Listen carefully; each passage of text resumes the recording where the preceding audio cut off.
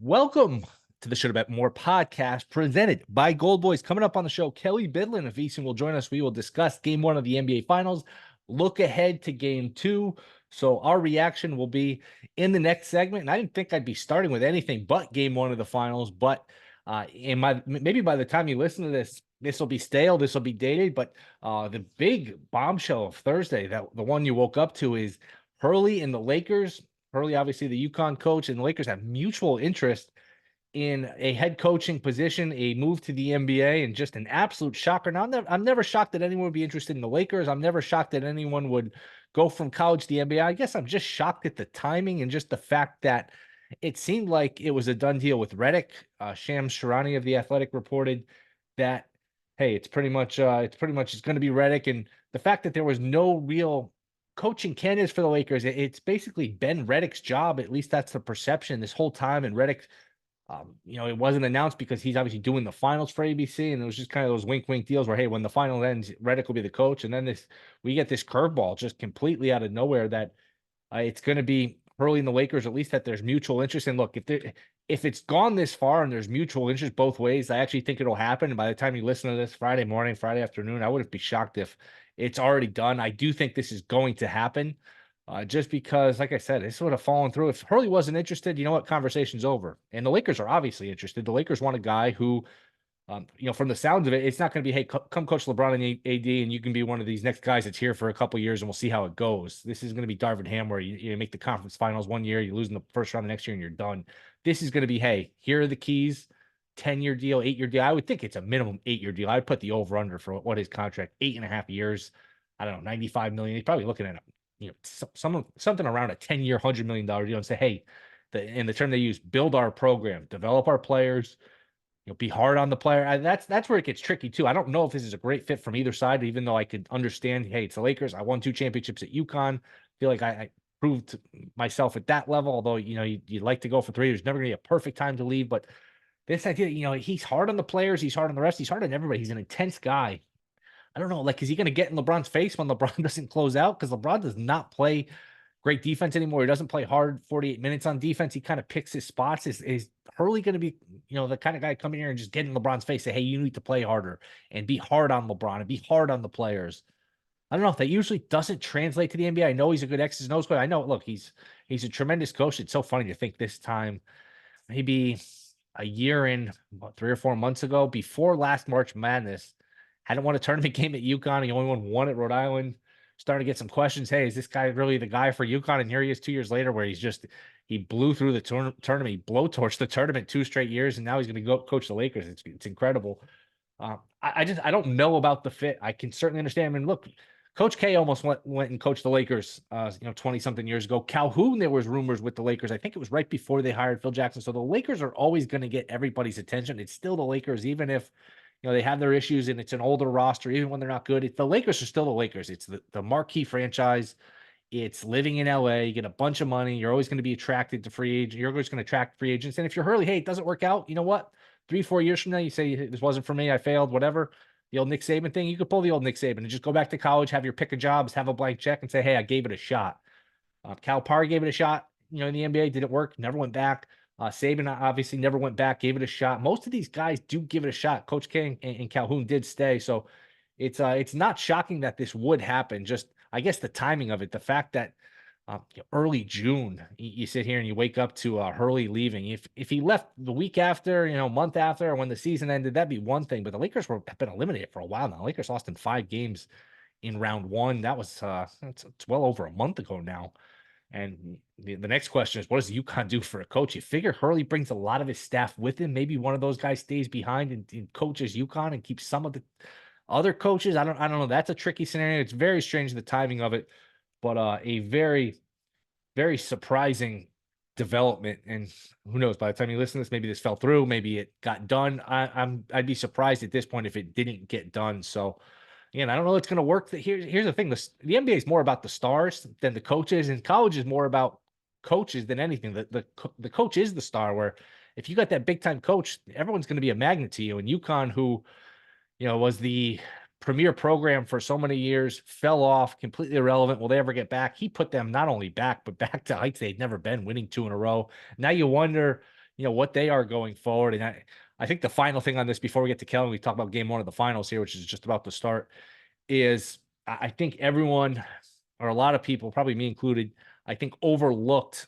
how much these coaches hate the new format of college sports. Just NIL, where the players get paid and there's free agency every year, transfer portal where you're always having to recruit. You're always having to recruit your guys just to keep them. It's nonstop. It's really not even collegiate sports anymore. It's professional sports, but they're wearing college uniforms.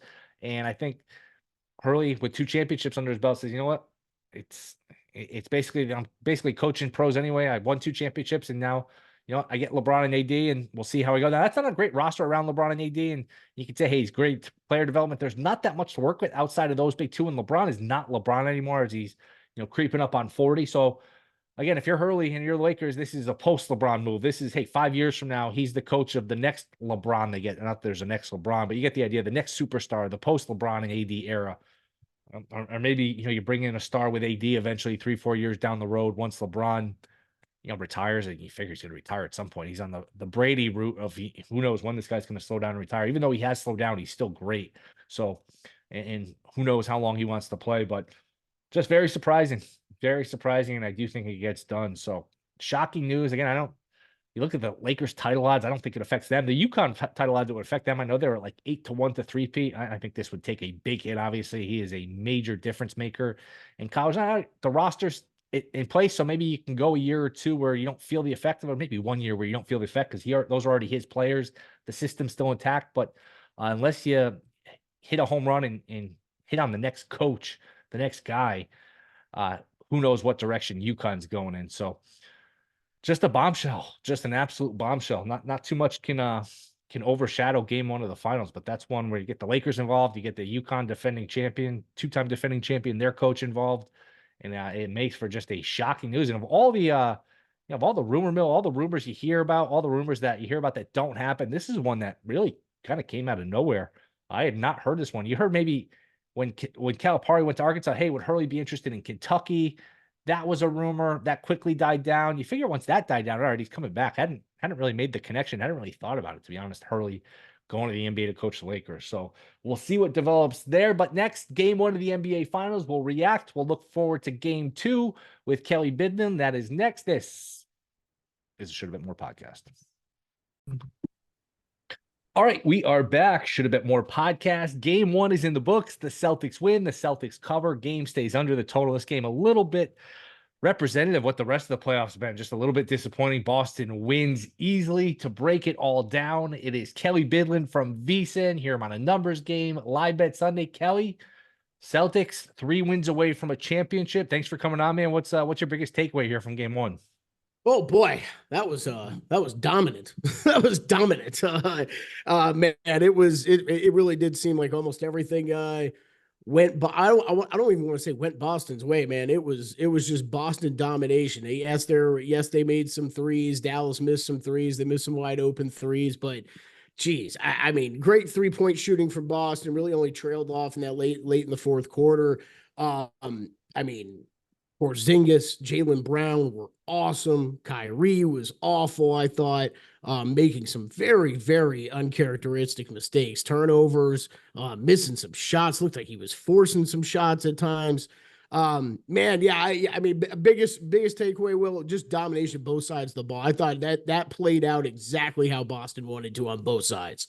Yep, Kyrie was awful. There was a point at 72-64, Boston had just dominated the first, 20-something minutes. 72-64, all right, 8 points in the NBA is nothing. Not that this game is tied, but Dallas erased a lot of what Boston did. If you're getting the 6.5, hey, I'm right in this thing. And before you know it, there's like a 13-0 row from Boston. The competitive portion of the game, as they say, was over. Who did you like coming in? Where did you? I know you have some big tickets, exactas, futures on Dallas, so you're in good shape. But if you had nothing going in, what was your official pick and how many games going into this year? I bet Dallas in 6. I did bet Dallas in 6. I still, was a believer in them coming in. I did. I bet that, but I also hedged, because I have big futures positions on Dallas. I had them 19-1 and then 40-1 over Boston in an exacta. So I did hedge, but I did like I did like Dallas coming in here.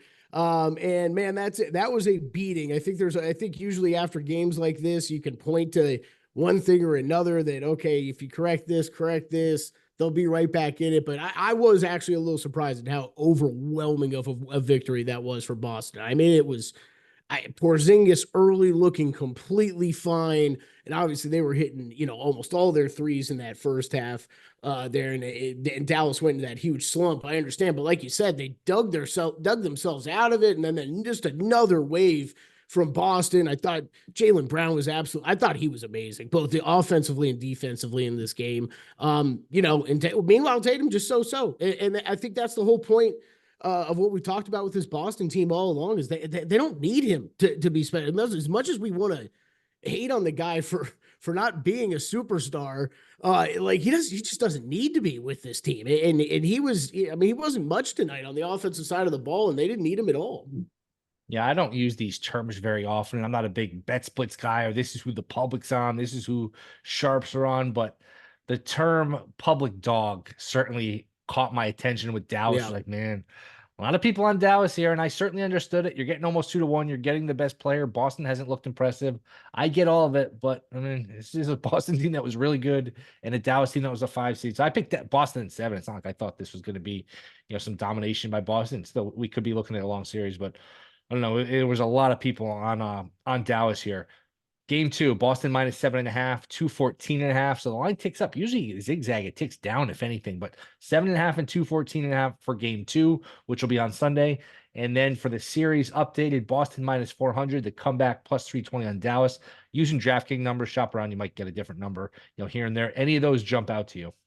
Yeah, I mean, not necessarily side or total, but I mean, geez, after this game, I think instant reaction is look Dallas team total under next game. It's just everything that they did that was so effective in the past couple series. You didn't see any of that work tonight. I mean, ball was sticking with Luka and Kyrie. Boston not really heavily committing his second guys to help out there. It took away the lob option. By doing that, it didn't leave them wide open, too many wide open looks, though Dallas still had plenty and they missed them. I think it was 3 for 13 on wide open threes that they went. So with all that not working, I mean, Luka was great tonight, but it was all just Luka by himself. What was the total assist number for Dallas? It was something pathetic. Not 9 assists for the whole game. I mean, it just stuck with him. It was so much one-on-one basketball.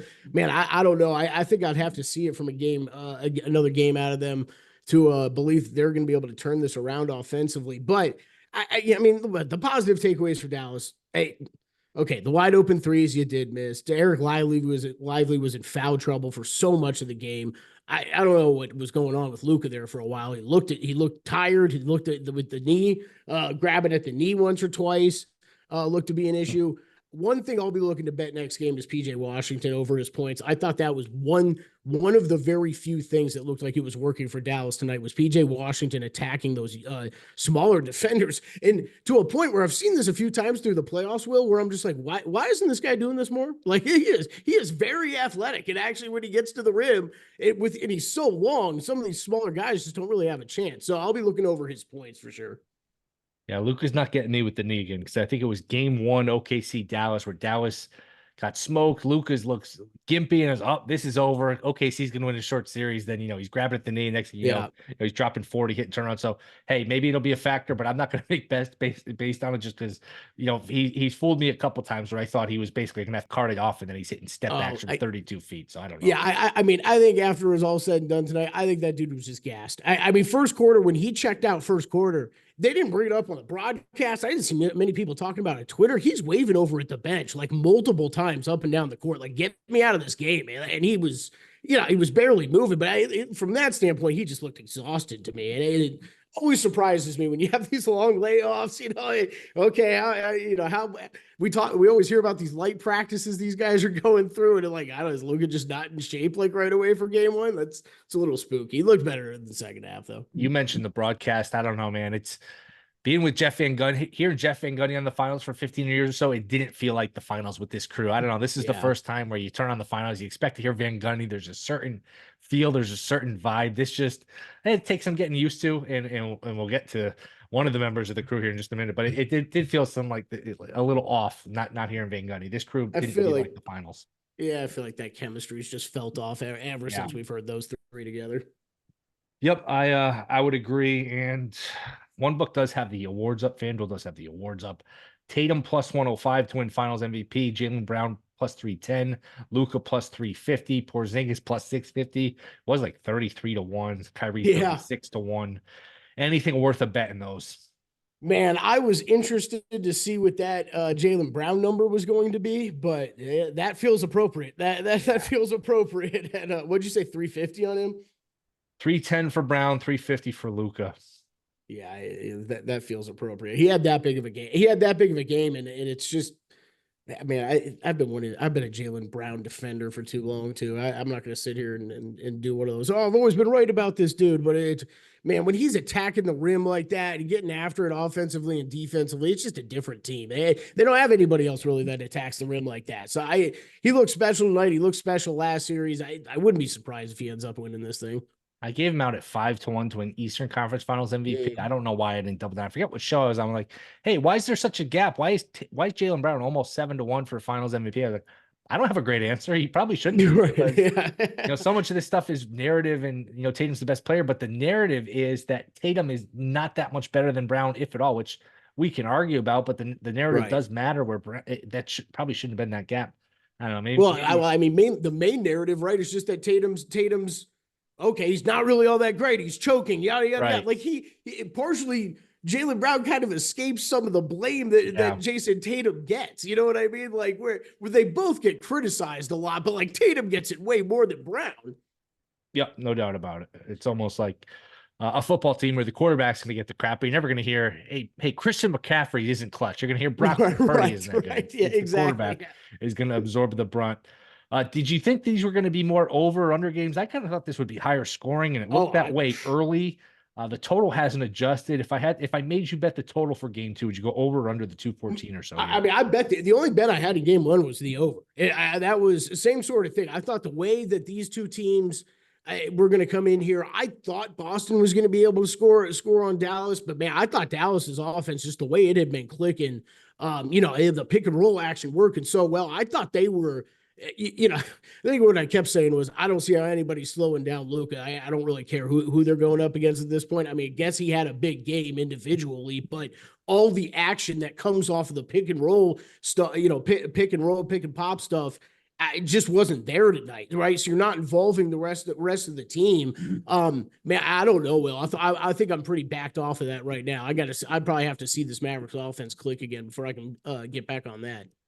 You'd stick with Mavericks right now, or if I gave you a redo, who would you pick? It's one game. I'm not freaking out yet. I'm not freaking out. Yeah, I mean, don't get me wrong. It is, even in defeat, I wasn't expecting to come away this kind of shocked by it. I was like, man, that was domination by Boston. But long series. I still think Kidd still is the better coach between these two. I expect him to make some adjustments here. We'll see what we get going forward. They've got to be able to work that screen action, whether it's higher up. We saw that a couple times in this game. I actually thought we'd see it more, and they've got to be able to get that more involved. You got to be able to roll downhill with multiple guys, trying to have that numbers advantage and giving Luka the different options that we've seen him have these past few series. That's how they've won all these games, offensively. So if they don't get that going, though, this could be over quickly. You think Hurley coaches the Lakers? I guess so. At this point, it sure looks like everything's pointed that way. I mean, it's an interesting signing. I think there's two discussions here, right? It's the NBA side of it, the college basketball side of it, man. I mean, quickly with the college sports side, these college football and college basketball coaches, they are clearly having none of this new college landscape. And we rip on the NBA coaches all the time about how little power they have. You get these star players, they get them removed all the time. They'd still rather be there than what they're dealing with in college right now with high schoolers making demands out of them and stuff like that financially. So I think there's that part of it. Do I think he's going to be a great coach for the Lakers? Yeah. This reminds me a fair amount about when LeBron went to Miami. I think this is a system that he's going to have to really buy into and work with. The difference here, though, Will, is I would say, I would have said, if this was 5 years ago, 5, 6 years ago, I would have said, okay, this sounds like it's going to be a great partnership to start. Check with me in 2 or 3 years, and we'll see how happy LeBron is. But the thing with that is now is LeBron's so old. I think he's the guy who ends up leaving before Hurley would. So that's where it becomes a little interesting. I applaud the Lakers for for having the guts to go after him. It's a fascinating dynamic, and you hit on it where this isn't going to be Hurley gets there and LeBron says, I don't like this guy, get rid of him. He's gone by, Christmas. That's not how this is going to go. Yeah. It's going to be Hurley has a 10-year deal, and you tell LeBron, hey, this guy's going to be here 5 years after you retire, regardless of who you play for. This guy's our next coach for the next. He can't commit to a guy for a decade, but he's probably going to get, I'd put the over under for years of a contract, 8.5. He's not going to leave UConn for a 2-year deal, 3-year deal where they can eat it after half the time. It's going to be a massive commitment. It's going to be a lot of years. Not that it doesn't work. Not that Hurley doesn't get sick of it after 3 or 4 years and say, you know what, maybe I will go back to college, but I don't know. There's a lot of play. Here's the thing. Hurley's a hard ass too. He's going to get on you. He's going to make you play defense. And when LeBron doesn't close out, and LeBron doesn't love to close out anymore, is he going to get in LeBron's face? How's that going to go? There's so much at work. I put it this way. It's going to hurt UConn more than it helps the Lakers. I think that's pretty clear. I agree with that. It's going to be very interesting to watch next season. That's for sure. Because yes, I mean, you already have, okay, I'm usually an Anthony Davis defender, but all the games that he misses, right? There's all this NBA stuff, especially that happens with the Lakers. Is Hurley just going to be cool with that? LeBron, AD showed up to practice when they feel like it, taking off nights when they feel like it. I think that's going to be an interesting adjustment for Coach Hurley. Oh, it's fascinating. It really is. And never would be shocked that anyone would be interested in the Lakers. Calhoun was interested. Coach K was interested, even though they never went. It's just the timing of it. Once Hurley won the title and he turned down Kentucky, whether it was, directly or indirectly, you figure, all right, he's coming back. This is just the time. The Lakers have been eliminated for a good 6 weeks here. It would just look like a path between Redick and the Lakers, where that's why they hadn't hired anybody. They're waiting for the finals to end, and then it was going to be a done deal. This was just a complete curveball, just totally out of nowhere. Yeah, I can't wait to hear what more about this in the future when some of the stories start leaking out, because I do think JJ Redick was a part of the conversation, but maybe he was. Maybe this was just kind of quiet talks all along with Hurley that, we're staying quiet. And he was always their number one guy. Just, they didn't think they were going to be able to get him until they really put the full court press on here recently. So I don't know. I'm really interested to see. I mean, I think it would be hilarious if Borrego ended up with the job after this somehow, just after talking about those two so much, but it sure looks like it's going to be Hurley at this point. Yeah, that's the other fascinating too, where we're in an era where we hear 100 rumors that never come true. Everything is rumored. Nothing comes out of nowhere. And this, I mean, I guess it hasn't happened yet. So we definitely, I guess technically did get the rumor, but it's not like there's been any hint of this until, hey, it's almost we're almost on the 2-yard line here, which it seems like. I don't think it would have gotten reported. I don't think we'd be hearing about this unless Hurley was really interested in the Lakers, because otherwise it'd be shot down. And obviously the Lakers are interested in Hurley. So I don't see what prevents it at this point. Man, Woj dunking all over Shams though. Yeah, that's another. Shams doubled down on Redick's stuff the day before it. Yeah, man. Oh man, he sure did. He absolutely did. Kelly, I appreciate you staying up, man. Where can we catch you? Numbers game, live bet. What else you got going on? Yeah, live bet Sunday, long shots for any golf bettors out there. Check that out. We'll have a bunch of U.S. Open stuff going next week. Who's winning this Memorial Tournament? So you can give out a live bet here. Hadwin has the lead, right? Yeah, Hadwin has the lead right now. Yes, I had a Morikawa first round leader bet. I was really hoping that was going to get home, but that did not, even though he had plenty of opportunities. I am on him though, and it looks like the top of the board is pretty damn heavy right now. Scheffler, Schauffele. I mean, even with Oberg there, man. Oberg was someone I had circled coming in, but we just didn't know about his knee. Corey Connors was a guy that just was off my card. So I think that top of the board is probably going to remain there. Keegan Bradley, I got a long shot bet on him. Let's go, Keegs. Kelly, you're the best, man. Appreciate you coming on. Yeah, no problem. Thanks, Will. All right, that'll do it. Thank you to Kelley Bydlon. We will be back Monday. We'll have game 2 of the finals to discuss. We'll start to do a little more baseball again, reintegrate that. June 10th will be Monday show, so you start to look up and not too far away from the Hall of Fame game, college football, start to do more football as these finals wind down here as we get to game 2, and hopefully we have a longer series. But don't forget to rate, review, subscribe. See you guys Monday.